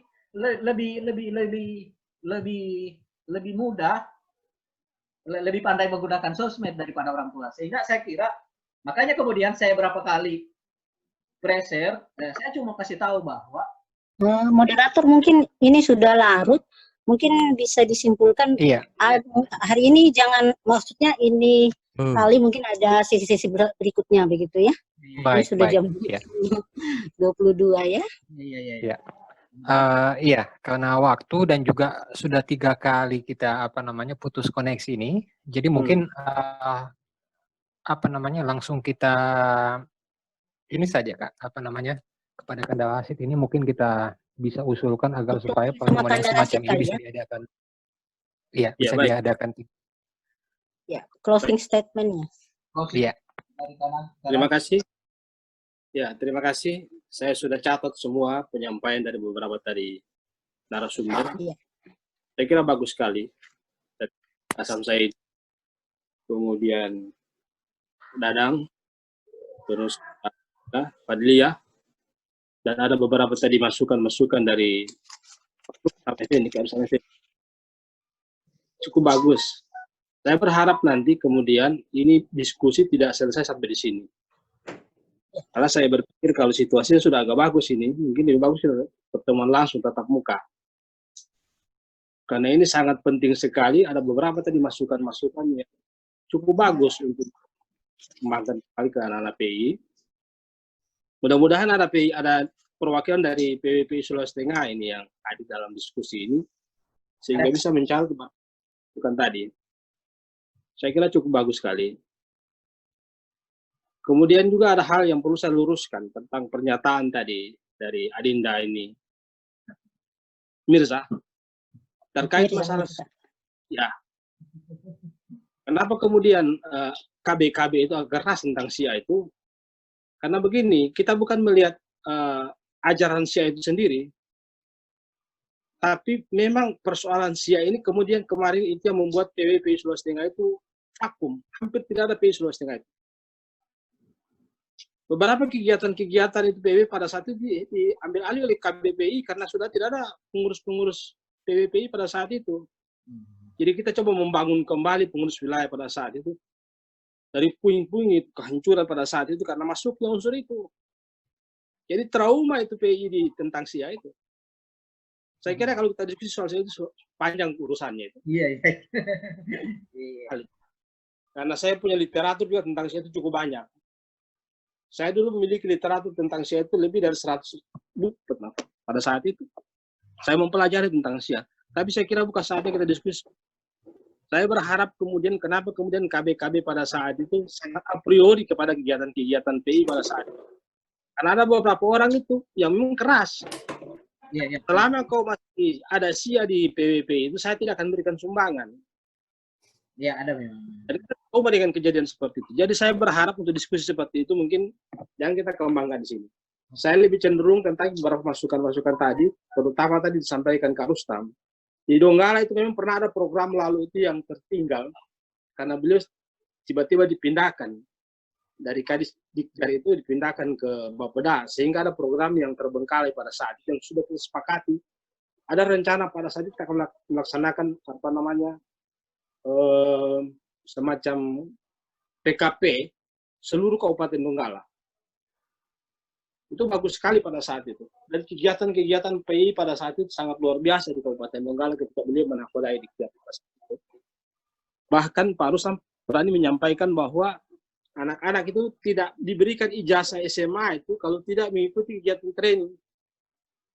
Mudah-mudahan kalau beliau jadi sekap di Donggala, program itu bisa kita gulirkan kembali, kita bisa diskusikan kembali. Dan Pak Rustam, saya ini juga sebagai Ketua PGRI, saya kira itu beliau punya peluang saat ini untuk memberikan keleluasaan kepada anak-anak PI itu melakukan kegiatan-kegiatan training. Dan memang saat ini beliau sebelum Ketua PGRI juga, ketika beliau menjadi Kepala SMA, SM4, memberikan ruang sebesar-besarnya kepada anak PI itu melakukan training. Bahkan di sekolahnya itu beberapa kali training dilaksanakan di SMA 4 itu. Dan juga tadi saran disampaikan oleh Adinda Dadang Hidayat ini itu suatu luar biasa. Memberikan motivasi kepada kita semua bagaimana kita berbuat ke depan.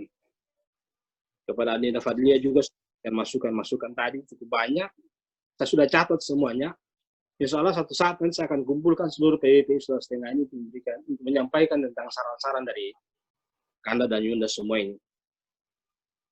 Mungkin terakhir saya sampaikan bahwa mudah-mudahan diskusi kita ini bisa berlanjut lagi nanti dan tidak perlu lagi kita angkat hal-hal yang lain. Saya kira kita bicara bagaimana PI ke depan, kita membangun PI ke depan di Sulawesi ini. Dan alhamdulillah saat ini PWPI Sulawesi Tengah itu bagus kegiatannya. Kemarin di Muktamar itu sebenarnya kita sudah persiapan. Seandainya kemarin tidak terlaksana itu kegiatan di Maluku Utara itu, mungkin yang jadi ketua PB saat ini sudah ada Sulawesi Tengah. Sudah kita kondisikan pada saat itu, tapi karena acaranya batal, sehingga yang bersangkutan tertunda jadi ketua PBPI. Mudah-mudahan ke depan bisa kita rencanakan lagi. Saya sampaikan terima kasih kepada semuanya, kepada Adinda juga Mirsa yang telah memperkaya acara ini. Mudah-mudahan nanti ke depannya bisa kita lanjutkan dengan kegiatan-kegiatan lebih. Terima kasih. Assalamualaikum warahmatullahi wabarakatuh. Waalaikumsalam warahmatullahi wabarakatuh. Ya, jadi intinya diskusi rutin semacam ini perlu kita adakan minimal sebulan sekali, entah itu dalam bentuk pengajian atau diskusi. Yang jelas silaturahmi itu mesti tetap berjalan di tubuh KB ini. Kalau tidak dalam bentuk pertemuan langsung, karena COVID ini juga prospeknya belum tahu bagaimana ke depannya ini, ya kita adakan aja dalam bentuk dialog semacam ini. Mungkin saudara Mirza bisa memfasilitasi ke depannya lagi, atau dari teman-teman pengurus PW yang juga malam hari ini hadir di forum ini bisa langsung difasilitasi lah pertemuan semacam ini. Baik, karena waktu yang membatasi kita, maka saya kira kita cukupkan dulu pertemuan kita pada malam hari ini. kepada Pak moderator boleh bicara sedikit? Silakan. Roni, kata Roni bicara dulu tuh Roni. Ya, karena Roni kasih masukan. Beliau sudah pegang mic. Ya. Ya, silakan. Kak Oni, iya. Silakan Kak Oni. Statement dari Brigadi. Aduh, mic-nya keren amat, Kak. Mau nyanyi ya. Keren mic-nya. One, two, three. One, two. Oke, lanjut. Ya, assalamualaikum warahmatullahi wabarakatuh. Waalaikumsalam warahmatullahi wabarakatuh. Pertama, kalau sarannya sebulan sekali, saya kira dengan posisi COVID-19 ini, kenapa kalau tidak seminggu sekali? Paling tidak melalui kesempatan ini, dengan fasilitas Zoom ini, tiap minggu kita bisa adakan. Kemudian kedua, untuk membedah ini harus kita memposisikan dulu PI dalam konteks lagi aktif.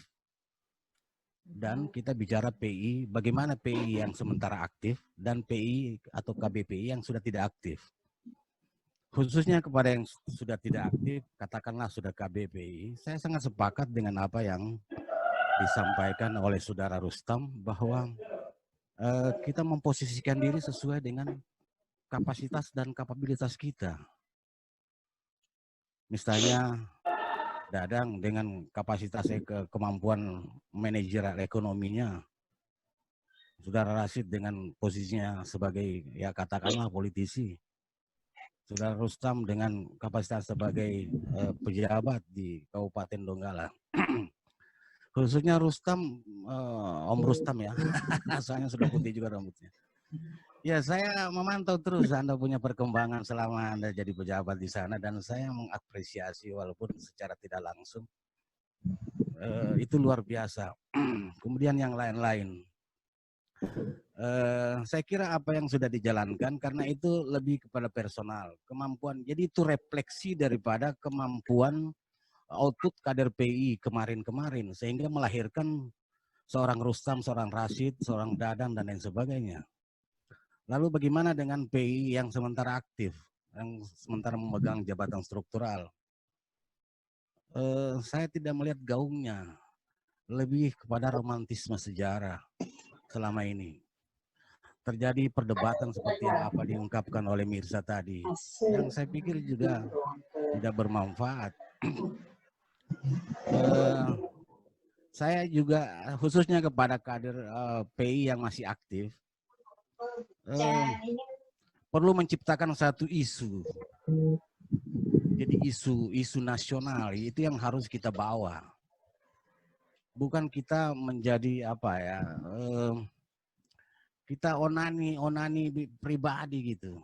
Kita merasa bangga dengan diri kita saja.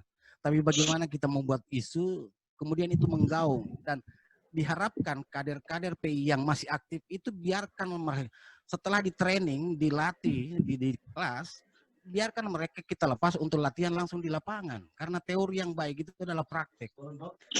Nah, dengan adanya isu yang ada, yang diangkat, karena contohnya kemarin kan kita, kenapa kita jadi? Itu karena isu kemarin itu adalah selain khususnya apa namanya isu asas tunggal itu menjadi lawan kita waktu itu, sehingga semua training kita itu silabusnya itu mengarah ke sana. Nah sekarang setelah katakanlah isu yang ada sekarang ini, apa kira-kira apa isu itu yang akan kita angkat, kemudian kita gaungkan, kita manfaatkan media sosial. Ada tadi saya sampaikan manfaatkan YouTube dan lain sebagainya. Saya kepada Mirza juga saya sampaikan lewat WhatsApp untuk bagaimana memanfaatkan media untuk menjadi sarana dakwah. Kita kuasai lah. Nah, dan langsung khusus yang aktif ya, yang aktif langsung bawa ini saya PI loh. Nggak usah takut-takut lagi. Kita bawa itu. Kemudian kan kalau ketika kita angkat isu, kemudian PI yang tampil ke depan, itu pasti akan menjadi dibully dan lain sebagainya. Nah, ketika itulah maka mau tidak mau anggota PI maupun yang sudah purna itu akan tergerak hatinya untuk melakukan bantuan. bergerak. Nah, kalau tidak ada isu-isu yang kita bawa, kita cuma tenggelam di internal kita saja, debat antara kita, saya kira ya perjalanannya seperti ini. Nah, khususnya Fadlia tadi ya karakter ya, saya kira itu dengan adanya isu yang akan membentuk karakter. Kalau bahasa agamanya itu akhlak kan muncul dengan sendirinya. Saya kira itu yang ingin saya sampaikan, bahwa nanti ke depan kita diskusi bagaimana PI yang masih aktif dan bagaimana PI yang sudah purna. Dan intinya bahwa kita berjalan sesuai dengan apa kapabilitas kita. Saudara Rustam sebagai pejabat di Donggala, ya tentunya dia memanfaatkan fasilitas kekuasaannya untuk melakukan ide-idenya. Dan ya sesuai dengan tingkatannya lah, sesuai dengan imannya. Karena tidak mungkin batu kecil aja punya manfaat, paling tidak kan tongkat pintu saja, jaga-jaga apa namanya. Kira-kira itu yang saya sarankan, dan saya sarankan lagi sekali lagi, jangan cuma sebulan sekali. Kebetulan dengan adanya virus ini dan fasilitas ini cukup lumayan, luar biasa. Tiap minggu sekali kita ketemu di sinilah. Saya tadi barusan di WA sama Mbak Mirza bahwa jam sekian ada pertemuan, sehingga saya kebetulan ada waktu lebih banyak di rumah. Ya kenapa tidak kalau kita memanfaatkan untuk diskusi seperti ini. Kalau tadi terlalu melebar, insya Allah akan datang diskusinya lebih fokus, misalnya berkaitan dengan ekonomi, berkaitan dengan sosial, politik, dan lain sebagainya. Itu harus Karuni salah satu calon Bupati Buol. Amin. Apa namanya? Amin. Mirza calon Bupati Toli-Toli, kan begitu ya. Mantap. Ya, insya Allah saya yang paling dekat ini Om Rustam ini yang harus kita push begitu. Dukung. Oke. Kita jadi sekap. Saya kira itu sekali lagi kalau boleh setiap minggu kita manfaatkan fasilitas ini sehingga dan lebih fokus. Kalau tadi bunga rampai lah, macam-macam ide apa segala macam. Awal-awal. Ya, saya kira kita lebih fokus lagi. Saya kira itu aja dari saya. Mungkin kurang sistematis, mohon maaf karena tiba-tiba disuruh bicara. Assalamualaikum warahmatullahi wabarakatuh. Waalaikumsalam warahmatullahi wabarakatuh. Saudara Supriyadi M. Hasim mungkin terakhir. Ya. Terima kasih Kanda Yuda. Assalamualaikum warahmatullahi wabarakatuh. Waalaikumsalam. Bil khusus untuk Kanda Rashid Sadan.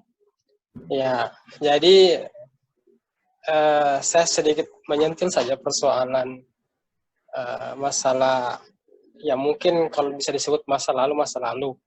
Saya pernah jadi ketua pengurus wilayah periode 2009-2011. Yang ya satu pesan saya kepada Kanda Yunda bahwa saya sepakat dengan Kanda Yunda, khususnya Kak Rashid, bahwa tidak perlu kita mempermasalahkan sesuatu yang sebenarnya itu justru akan memecah belah kita, dan kita jangan hanya sampai sekedar diungkapkan di sini, tetapi ketika pertemuan-pertemuan jangan lagi itu dibahas. Sekali lagi jangan lagi itu dibahas. Karena sudah enak orang bilang kalau mau dibahas itu. Itu sangat tidak apa ya. Itu jadi mohon maaf ya kalau saya katakan sama Kanda Yunda bahwa kalau kita membahas itu kesannya KBKB tidak dewasa. Itu saja pesan saya. Karena sedikit banyak karena saya mengalami itu dengan Saudara Mirza, maka memang pasti terungkapkan itu. Mohon maaf kalau ada yang merasa terganggu dengan kata-kata saya. Karena kalau mau dibilang bahwa lalu juga pengurus wilayah vakum, yang memvakumkan itu siapa? Kami bergerak itu betul-betul mandiri lalu. Maksud saya mandiri seperti ini. Ada berapa KB walaupun memang menyampaikan keberatan, tetapi saya senang sekali dengan kata-kata bijaknya, tetap mereka membantu. Ya, maksud saya seperti itu. Kalau kita mau mengungkapkan sesuatu yang hanya akan memecah belah, terutama di internal PI sendiri, nggak usah dibahas itu. Dan saya sepakat dengan Ketua Perhimpunan KB. Jadi jangan nanti kesannya nggak dewasa juga kalau KBPI ketika hanya mempermasalahkan itu saja. Itu satu. Tapi itulah, saya pikir itu cuma saran saya saja. Terserah bagaimana KBPI mau menjelaskan mau menyampaikan itu nanti. Itu hanya pesan saya. Kemudian bicara soal masalah SDM 4,0 yang sekarang menuju 5,0. Saya teringat kami kebetulan ketika pasca Muktamar Nasional KBPI itu kan dicetuskan soal lembaga bantuan hukum. Saya ingat, kami kan juga di situ. Saya, kemudian Sandi, kemudian ada Idris itu sempat mengatakan kepada KB sama siapa lagi, sama pengurus wilayah, sekarang tak usah takut kalau mau mengungkapkan segala sesuatunya itu kalau memang itu benar. Karena kami siap di situ LBH untuk menangani berbagai permasalahan pengurus atau pelajar-pelajar yang ada. Tetapi memang selagi itu apa yang disampaikan memang benar, kemudian tidak hoax, insya Allah kita akan laksanakan, kita akan bantu itu dengan segenap kemampuan kami dalam disiplin ilmu hukum. Itu yang sekarang kami coba terapkan di LBH, walaupun memang masih LBH-nya masih baru. Tetapi kita sudah bergerak banyak untuk menangani kasus. Karena memang sebagai contoh misalnya, saya sendiri ketika masuk dalam dunia peradilan, memang termasuk kasus narkoba itu, sampai bosan kita mau membuat semacam dokumen pembelaan, saking banyaknya kasus narkoba di pengadilan. Dan itu juga riwayat umurnya mereka sangat muda sekali dan jarang yang tua. Maka itu juga sebenarnya jadi sebuah harapan saya terhadap adik-adik pengurus wilayah juga untuk dikembangkan itu isu-isu tentang narkoba itu, bagaimana cara menyelesaikan persoalan narkoba. Ya, alhamdulillah juga ada beberapa pengurus wilayah yang aktif yang jadi mahasiswa di Fakultas Hukum. Jadi bisa kita rekrut nanti. Saya juga menyampaikan ini karena juga saya sekretaris LBH Catur Bakti Kota Palu. Maka saya berharap memang kita juga bisa join nanti dan membantu gerakan-gerakan keumatan melalui wadah LBH. Sekarang pun kita membantu Yayasan Ikhlasul Khairat yang di atas itu yang sekarang lagi bermasalah di masalah huntaranya.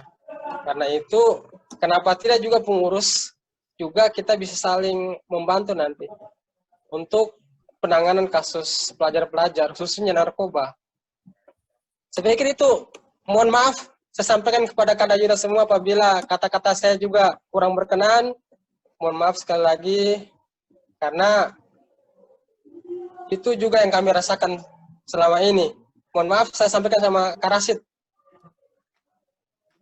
Kak Rustam, dan Kak Samzeni. Mohon maaf ya. Assalamualaikum warahmatullahi wabarakatuh. Waalaikumsalam. Waalaikumsalam warahmatullahi wabarakatuh. Ya.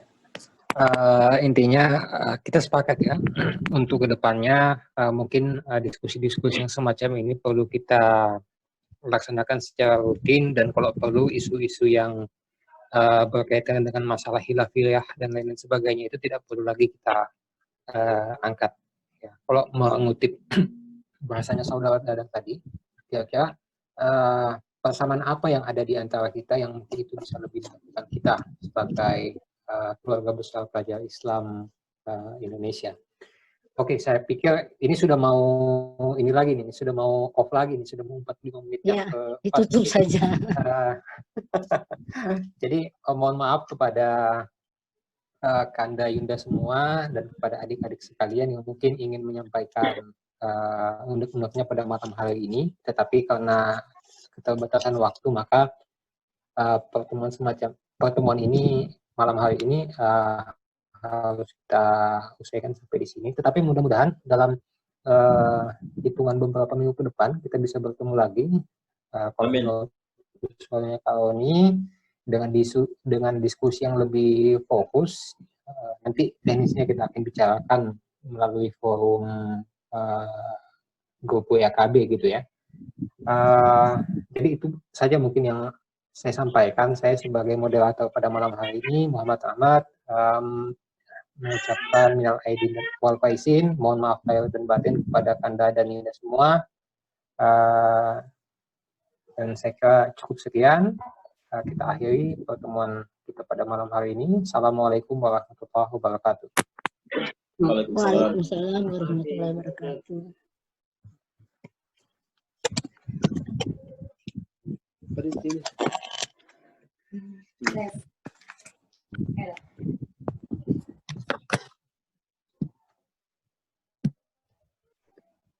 Direkam nih baca.